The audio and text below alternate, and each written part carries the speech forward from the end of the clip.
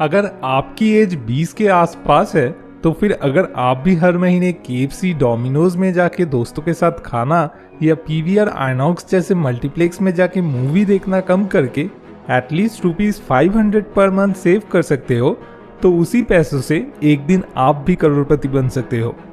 सुनने में मजाक लग रहा है? क्या आप जानना चाहोगे कैसे? शेयर मार्केट में इन्वेस्ट करके। लेकिन यार मैंने तो सुना है शेयर मार्केट में इन्वेस्ट करना जुआ खेलने के बराबर होता है। कितने लोगों का कितना पैसा डूब जाता है। नहीं भाई, मेरे लिए तो बैंक ही ठीक है।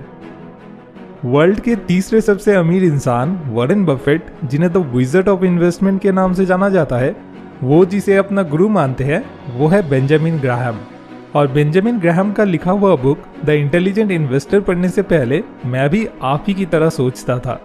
और अगर आप इस चैनल के पुराने सब्सक्राइबर्स में से एक हो तो मुझे यकीन है आपको मुझ पे इतना तो भरोसा जरूर होगा कि मैं कभी भी आपको कोई जुआ खेलने का सलाह नहीं दूंगा। मैक्सिमम लोग शेयर मार्केट में इन्वेस्ट नहीं करना चाहते क्योंकि इसमें रिस्क होता है। कैसे उसी रिस्क को हम चाहे तो ऑलमोस्ट जीरो कर सकते हैं, और शेयर मार्केट के बारे में ऑलमोस्ट जीरो नॉलेज होने के बावजूद भी कैसे शेयर मार्केट में इन्वेस्ट करके करोड़पति बना जा सकता है, वही आज मैं आपके साथ इस वीडियो में प्रूफ के साथ शेयर करने वाला हूँ। अब रही बात बैंक में सेविंग्स अकाउंट में पैसा रखने की, तो क्या आपको ये चीज़ मालूम है, आप जो पैसे बैंक में अपने सेविंग्स अकाउंट में जमा कर रहे हो, उस पैसे की मदद से बैंक तो दिन ब दिन अमीर बनता जा रहा है, लेकिन आप एक्चुअल में गरीब बनते जा रहे हो। इंडिया में इन्फ्लेशन रेट है ऑन एन एवरेज 6%। मतलब आज आप जितना चीज 100 रुपीज में खरीद पा रहे हो, वही सेम अमाउंट ऑफ चीज अगले साल खरीदने के लिए आपको 106 रुपीज चाहिए होगा। लेकिन बैंक में सेविंग्स अकाउंट में इंटरेस्ट कितना मिलता है? 4%। मतलब आज अगर आप बैंक में 100 रुपीज जमा करते हो तो एक साल बाद आपको बैंक से 104 रुपीज वापस मिलेगा। लेकिन एक साल पहले जब आपने बैंक में 100 रुपीज जमा किए थे, तब आप उस 100 रुपीज से जितना चीज खरीद पाते, वही सेम अमाउंट ऑफ चीज अब आपको 106 रुपीज देके खरीदना होगा। मतलब आपको 2 रुपीज का नुकसान हो गया। दूसरी तरफ आपके उसी 100 रुपीज को बैंक ने दूसरे किसी इंसान को 12% इंटरेस्ट रेट से लोन पे दे दिया। मतलब एक साल बाद उस इंसान को 112 रुपीज बैंक को लौटाना पड़ा। अब उस 112 रुपीज में से बैंक ने आपको 104 रुपीज लौटा दिया। मतलब आप ही के 100 रुपीज को काम में लगा के बैंक ने तो 8 रुपीज का प्रॉफिट कर लिया, लेकिन वही आपका 2 रुपीज का लॉस हो गया। मतलब बैंक दिन ब दिन अमीर बनने लगा और आप गरीब। अब आते हैं शेयर मार्केट की बात पे। शेयर मार्केट आखिर है क्या? ये काम कैसे करता है? तो मान लीजिए आप किसी कंपनी के मालिक हो। अब आप चाहते हो पब्लिक से पैसा लेके अपने बिजनेस में लगाना। इसी का एक तरकीब है शेयर मार्केट में अपनी कंपनी को लिस्ट कर लेना। अब मान लीजिए अभी आपकी कंपनी की टोटल वैल्यू है 100 रुपीज, तो आपने अपनी पूरी कंपनी को 100 यूनिट में डिवाइड कर लिए। मतलब हर एक यूनिट की वैल्यू 1 रुपी। ऐसे 100 यूनिट में डिवाइड करके 1 रुपी पर यूनिट के हिसाब से आपने अपनी कंपनी को शेयर मार्केट में लिस्ट कर लिया।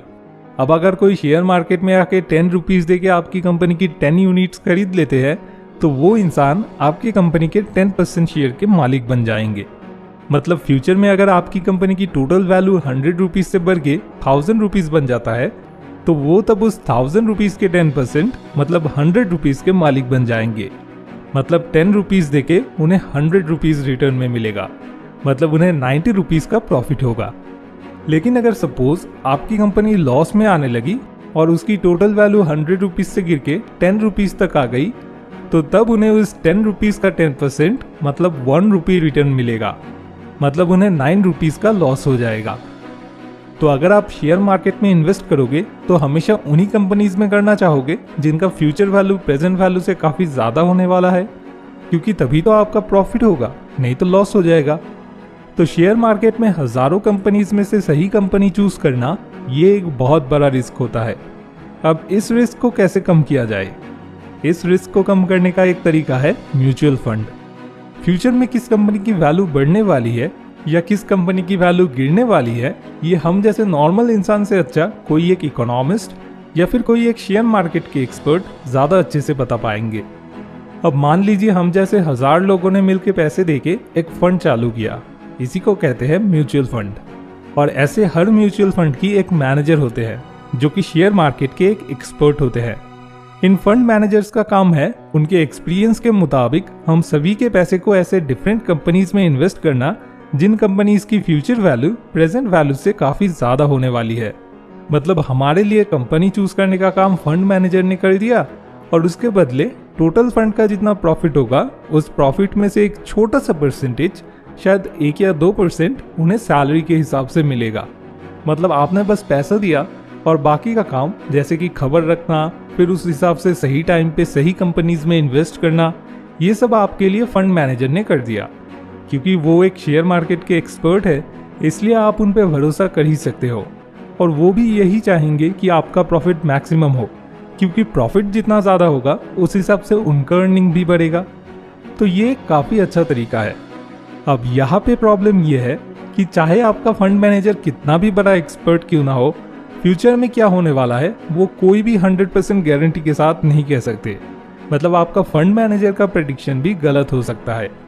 तो ये भी एक काफ़ी बड़ा रिस्क है। तो अब इस रिस्क को कैसे कम किया जाए?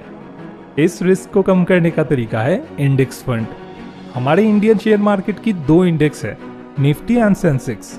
इसमें से निफ्टी इंडेक्स इंडिया के top 50 companies and Sensex index India के टॉप 30 कंपनीज को इंडिकेट करता है। जिस वजह से अगर आप किसी इंडेक्स फंड में इन्वेस्ट करते हो तो आपका वो पूरा पैसा उस इंडेक्स के अकॉर्डिंग इंडिया के ओनली टॉप कंपनीज में इन्वेस्ट होगा। और सबसे बड़ी बात, ये इंडेक्स कभी फिक्स्ड नहीं रहते हैं। अगर कोई कंपनी लगातार लॉस में जाने लगती है तो वो इंडेक्स के टॉप 50 कंपनीज के लिस्ट में से बाहर हो जाती है और उसकी जगह जो कंपनी प्रॉफिट में चल रही है वो वहां अपनी जगह बना लेती है। और इसी तरह उस लॉस में जाने वाली कंपनी से आपका पूरा पैसा निकाल के इंडेक्स के अकॉर्डिंग इस नई प्रॉफिट में चलने वाली कंपनी में इन्वेस्ट कर दिया जाता है। तो इंडेक्स फंड में इन्वेस्ट करने से आप किसी पर्टिकुलर कंपनी में नहीं बल्कि इंडियन इकोनॉमी में इन्वेस्ट करोगे। जिस रेट से इंडेक्स की वैल्यू इंक्रीज होगी यानी कि इंडियन इकोनॉमी बढ़ेगी, करीब उसी सेम रेट में आपको अपना रिटर्न भी मिलेगा। 1979 में जब सेंसेक्स चालू हुआ था तब अगर कोई बस 100 रुपीज सेंसेक्स के किसी इंडेक्स फंड में इन्वेस्ट करके छोड़ देते तो उसी 100 रुपीज के बदले में उन्हें आज 39,000 रुपीज मिलता। मतलब 40 ईयर्स में उनका पैसा 390 टाइम्स बढ़ जाता। इसे ही अगर परसेंटेज में कन्वर्ट किया जाए तो शुरू से लेके आज तक सेंसेक्स का एवरेज रिटर्न रहा है 17% CAGR। और क्योंकि ये रेट काफ़ी हद तक हमारे इंडियन इकोनॉमी के ऊपर डिपेंड कर रहा है, इसलिए लॉन्ग रन में इस रेट का बहुत ज़्यादा इधर उधर होना पॉसिबल नहीं है। फिर भी अगर मैं मान लूँ कि अगले 40 ईयर्स में ये रेट 2% घट के 15% होने वाला है, तब भी आज अगर आपकी एज 20 है और आज से ही अगर आप हर महीने इंडेक्स फंड में सिर्फ 500 रुपीज़ पर मंथ करके इन्वेस्ट करने लग जाते हो तो आज से 40 साल बाद 15% CAGR के रेट से आपको टोटल 1.5 करोड़ रुपीस रिटर्न मिलेगा। इसके लिए ना तो ज़रूरत है शेयर मार्केट के बारे में जानने की, ना तो ज़रूरत है कोई रिसर्च करने की, और ना ही ज़रूरत है बढ़िया म्यूचुअल फंड कौन सा है वो ढूंढ निकालने की। ऊपर से रिस्क भी ऑलमोस्ट ज़ीरो है क्योंकि ये देश की GDP के ऊपर डिपेंड कर रहा है। कुछ भी हो जाए, देश की GDP कभी भी ज़ीरो होना पॉसिबल नहीं है, या अचानक बहुत ज़्यादा घटने या बढ़ने का भी कोई चांस नहीं है। बस आप अगर अपना मंथली एक्सपेंस थोड़ा कम करके हर महीने सिर्फ 500 रुपीज़ किसी इंडेक्स फंड में भी इन्वेस्ट कर सकते हो, उतना ही काफ़ी है। और ये तरीका मैंने आविष्कार नहीं किया है। बेंजामिन ग्राहम ने अपना बुक द इंटेलिजेंट इन्वेस्टर में एक नो नथिंग इन्वेस्टर, मतलब जिन्हें शेयर मार्केट के बारे में कुछ भी पता नहीं है, उनके लिए इसी तरकीब को उन्होंने बेस्ट मेथड रिकमेंड किया है। अगर आप इस बारे में और भी डिटेल्स में जानना चाहते हो तो नीचे डिस्क्रिप्शन में दिए हुए लिंक से जाके आप द इंटेलिजेंट इन्वेस्टर बुक को खरीद सकते हो। अब आखिर में आपसे एक छोटी सी रिक्वेस्ट, अगर इस वीडियो से आपको इतनी सी भी मदद मिली हो तो इसे ज़रूर अपने दोस्तों के साथ शेयर कीजिए ताकि वो भी अपने पैसे को सही तरह से इन्वेस्ट कर पाए। Thanks for watching. More wisdom, more solution, better life.